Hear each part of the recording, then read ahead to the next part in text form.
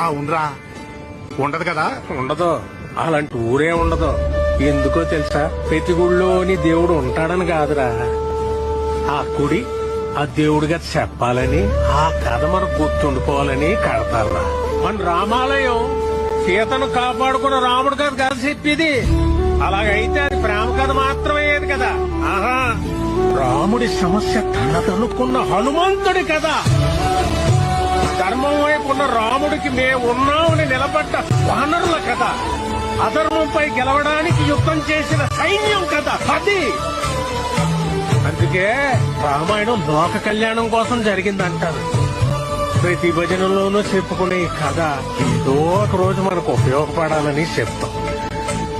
ఈ రోజు అవ్వాలరా.